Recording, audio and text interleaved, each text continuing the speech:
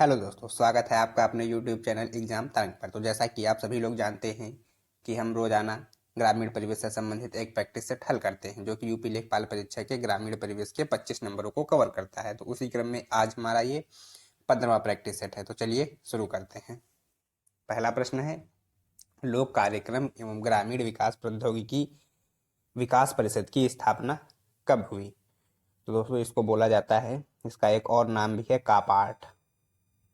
कापाठ नाम से भी ये जाना जाता है। लोक कार्यक्रम एवं ग्रामीण प्रौद्योगिकी विकास परिषद की स्थापना कब हुई थी? ये हुई थी 1986 में। इसका उद्देश्य दोस्तों क्या था कि यह शैक्षिक संगठनों के माध्यम से विकास की प्रक्रिया में योगदान देना इसका उद्देश्य था। तो और 1985 में देखते हैं हम लोग क्या था।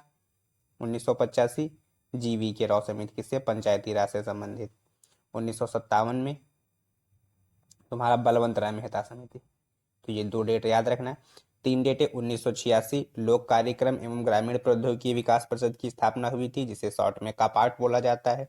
1985 में जीवी के राव समिति पंचायती राज व्यवस्था से संबंधित है। 1957 में बलवंत राय मेहता समिति पंचायती राज व्यवस्था से संबंधित है। क्वेश्चन नंबर 2 पे चलते हैं। अन्नपूर्णा योजना किस मंत्रालय के द्वारा शुरू की गई थी? ऑप्शन ए खाद्य तथा रसद विभाग मंत्रालय, ऑप्शन बी ग्रामीण विकास मंत्रालय, सी स्वास्थ्य मंत्रालय, डी श्रम एवं रोजगार मंत्रालय। तो इसकी शुरुआत हुई थी ग्रामीण विकास मंत्रालय के अधीन अन्नपूर्णा योजना की शुरुआत हुई थी। यह योजना क्या है दोस्तों?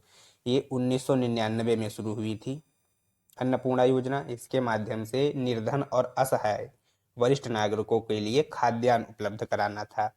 कितना मिलता था खाद्यान्न? 10 केजी।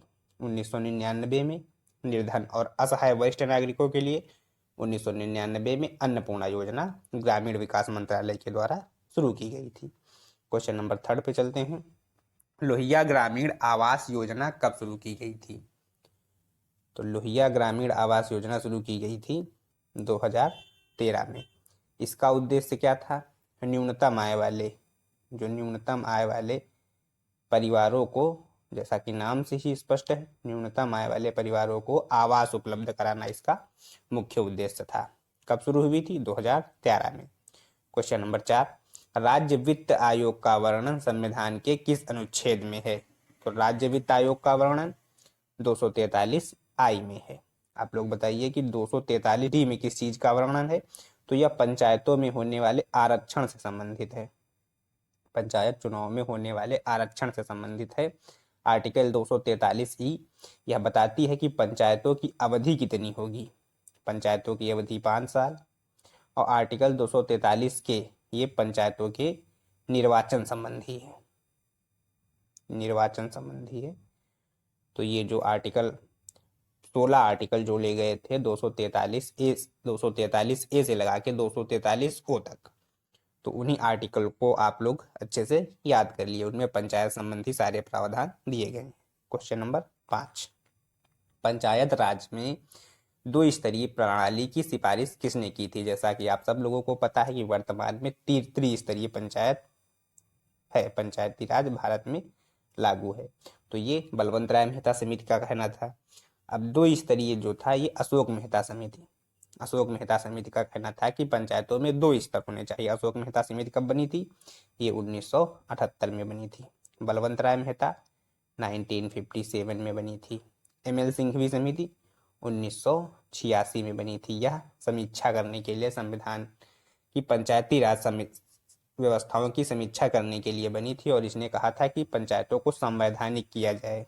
संवैधानिकता की बात इसने की थी। और PK थंगुन समिति 1988 से 89 के बीच में इसने योजनाओं के नियोजन की मूल इकाई जिला को माना था। चलते हैं क्वेश्चन नंबर 6 पर। उत्तर प्रदेश लेखपाल सेवा नियमावली कब बनी? तो इसका सही उत्तर होगा 2006 में।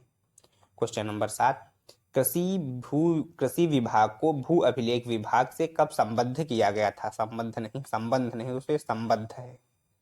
कब संबद्ध किया गया था, उसमें मिला लिया गया था। 1885, 1875, 1880, 1858। तो इसका होगा 1880 में। 1880 में कृषि विभाग को भू अभिलेख विभाग के साथ संबद्ध कर दिया गया था 1800। और कृषि विभाग की स्थापना कब हुई थी? तो 1875 में कृषि विभाग की स्थापना हुई थी। कृषि विभाग 1885। इससे कुछ दो तो समझ में आ रहा है। कांग्रेस का गठन कब हुआ था? 1885 में। 1858 में आप लोगों को कुछ याद आ रहा है? ये 1858 में 1858 का भारत शासन अधिनियम, जिसके द्वारा ईस्ट इंडिया कंपनी की सारे अधिकार ब्रिटेन को सौंप दिए गए थे कि अब से ब्रिटिश ईस्ट इंडिया कंपनी के स्थान पर जो भारत की देखरेख है, जो उस पर शासन है, वो महारानी के द्वारा होगा, इंग्लैंड की। क्वेश्चन नंबर 8 पे चलते हैं। प्रदेश में पशु टीकों का उत्पादन कहाँ किया जाता है? तो इसका सीधा सा उत्तर होगा उत्तर प्रदेश में। तो इसका उत्तर होगा लखनऊ। ये दोस्तों प्रदेश उत्तर प्रदेश में बात कर रहा है पशु टीकों, तो ये होगा लखनऊ में। चलते हैं क्वेश्चन नंबर 9 पर। National institute for agriculture marketing की स्थापना कब की गई थी? तो इसमें होगा 1983 में। Question number 10। विश्व उर्वरक उपभोग के मामले में भारत का कौन सा स्थान है? तो इसमें स्थान है, दूसरा स्थान है। पहले नंबर पर कौन है? तो है चाइना। विश्व उर्वरक उपभोग के मामले में पहले नंबर पर चाइना है, दूसरे नंबर पर भारत है। Question number 11। 73वें संविधान संशोधन को संवैधानिक दर्जा कब मिला? आप लोगों को पता है 73वां संविधान संशोधन ये हुआ था, कॉन्स्टिट्यूशन अमेंडमेंट, ये हुआ था 1992 में आया था। और 24 अप्रैल 1993 को 24 अप्रैल 1993 को इसको संवैधानिकता मिल गई थी। तो ये 1993। पंचायती राज दिवस कब मनाया जाता है? 24 अप्रैल को। कितने विषय मिले हैं? 29 विषय मिले हैं। चलते हैं क्वेश्चन नंबर 12 पे। सामाजिक अध्ययन में वैज्ञानिक पद्धति के प्रयोग को किसने नकारा था?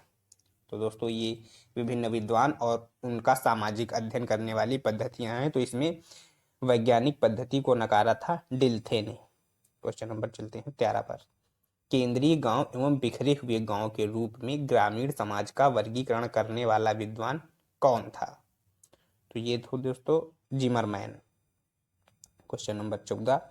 सामाजिक संरचना शब्द से किसका बोध होता है? समाज के बाह्य स्वरूप का, समाज के आंतरिक स्वरूप का, दोनों का, या इनमें से कोई नहीं?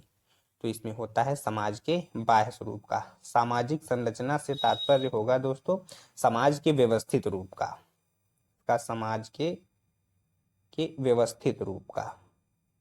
सामाजिक संरचना से इसका तात्पर्य यही है, व्यवस्थित रूप का। चलते हैं क्वेश्चन नंबर 15 पे।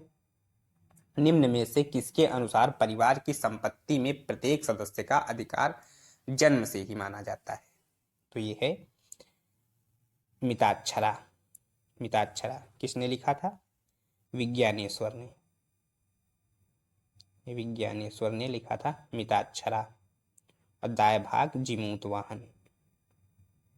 जीमूत वाहन ये दोनों पुस्तकें जो लिखा गया था इस पर टीका, तो ये विज्ञानेश्वर और जीमूत वाहन ने लिखा था। मिताक्षरा में माना गया है कि प्रत्येक परिवार की संपत्ति जो होती है वह व्यक्ति के जन्म से ही वो उसका अधिकारी हो जाता है। और दाय भाग में बताया गया है कि पिता की मृत्यु के पश्चात ही पुत्रों को संपत्ति में अधिकार मिलेगा।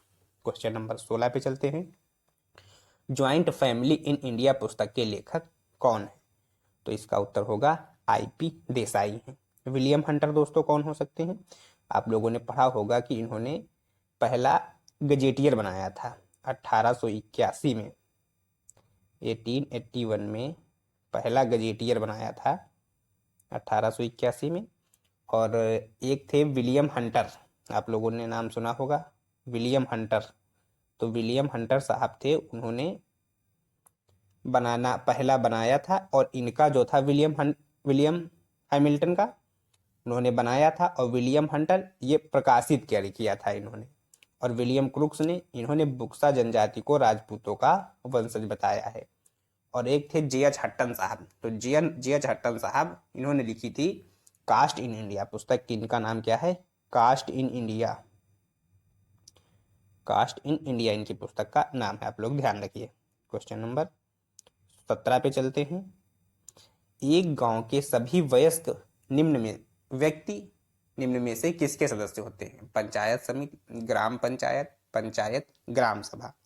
तो इसका सही उत्तर होगा ग्राम सभा। एक पंचायत, ये जो गांव में रहने वाले 18 वर्ष से ऊपर के जितने भी व्यक्ति होंगे जिनका नाम वोटर लिस्ट में है, वह ग्राम सभा के सदस्य होते हैं। क्वेश्चन नंबर 18, उत्तर प्रदेश क्षेत्रीय समिति एवं जिला परिषद अधिनियम कब पारित किया गया? तो ये पारित किया गया था 1961 में। चलते हैं क्वेश्चन नंबर 19 पर। राष्ट्रीय कृषि विकास योजना का कब प्रारंभ हुआ था? तो राष्ट्रीय कृषि विकास ये हुई थी 2007 में। कौन सी पंचवर्षीय योजना थी? तो 11वें नंबर की पंचवर्षीय योजना थी। राष्ट्रीय कृषि विकास योजना कब प्रारंभ हुई? क्वेश्चन दो तरफ से पूछा जा सकता है। तो ये एक है 26 नवंबर 2007 को, और किस पंचवर्षीय योजना के तहत? तो 11वीं पंच के तहत। क्वेश्चन नंबर 20 पे चलते हैं। संस्कृति के भौतिक पक्ष को क्या कहा जाता है? संस्कृतिकरण, सभ्यता, स्थानीयकरण, सार्वभौमिकरण। तो इसका सही उत्तर होगा सभ्यता कहा जाता है। सभ्यता कहा जाता है। क्वेश्चन नंबर 21, नया सवेरा योजना की शुरुआत किस विभाग के द्वारा की गई थी? शिक्षा विभाग, स्वास्थ्य विभाग, श्रम विभाग, इनमें से कोई नहीं। तो पहले तो देखते हैं हम ये शुरू कब हुई थी। नया सवेरा योजना शुरू हुई थी 19 जून 2017 को शुरू हुई थी। इसका उद्देश्य क्या था? कि श्रमिक बच्चों को चिन्हित करके उनको बाल श्रम से मुक्ति दिलाना एवं उनका शैक्षिक और नैतिक सामाजिक विकास करना। नया सवेरा योजना किसके द्वारा जारी की गई थी? तो ये श्रम विभाग द्वारा जारी की गई थी। क्वेश्चन नंबर 22, एक जिला एक उत्पाद योजना की शुरुआत किसके द्वारा की गई? श्री नरेंद्र मोदी, श्री रामनाथ कोविंद, श्री योगी आदित्यनाथ, ओम बिरला। तो इसकी शुरुआत हुई थी श्री रामनाथ कोविंद को। कब शुरुआत हुई थी? ये 14 जनवरी को हुई थी। 14 जनवरी 2018 को इसकी शुरुआत हुई थी। इसमें क्या था कि जिले के छोटे छोटे जो परंपरागत उद्योग होते हैं उनको प्रोत्साहित करने के लिए यह योजना शुरू की गई थी। क्वेश्चन नंबर 23 नंबर पर चलते हैं। वंदे मातरम योजना की शुरुआत कब हुई? तो इसकी शुरुआत हुई थी 9 फरवरी 2004 को इसकी शुरुआत हुई थी। ये क्या था? इसमें इसका उद्देश्य था कि गर्भवती महिलाओं को निःशुल्क उपचार उपलब्ध करवाना था। गर्भवती महिलाओं निःशुल्क उपचार उपलब्ध करवाना था। हर महीने की 9 तारीख को राजकीय या प्राइवेट चिकित्सालयों में स्त्री विशेषज्ञों के द्वारा उचित सलाह एवं परामर्श इन्हें दिलाया जाता था। क्वेश्चन नंबर वंदे मातरम योजना। क्वेश्चन नंबर 24 पे चलते हैं। यूपी गौ सेवा आयोग की स्थापना कब हुई थी? तो इसका सरल सा उत्तर 1999 में हुई थी। 1955 में अगर देखा जाए तो यूपी गौवध निवारण अधिनियम 1955 में यूपी गौवध निवारण अधिनियम और 1944 में राज्य पशुपालन विभाग की स्थापना हुई थी। राज्य पशुपालन विभाग की स्थापना हुई थी। क्वेश्चन नंबर 25 पे चलते हैं। चावल के उन्नत बीज के लिए प्रति हेक्टेयर बीजारोपण दर कितनी होती है? तो ये उत्तर होगा इसका 15 kg। तो दोस्तों आज हमारे 15 प्रैक्टिस सेट पूरे होते हैं। तो हम कल फिर एक नए प्रैक्टिस सेट के साथ आप लोगों के समक्ष उपस्थित होंगे। तब तक के लिए आप चैनल को सब्सक्राइब, वीडियो को लाइक और शेयर अवश्य करें। धन्यवाद।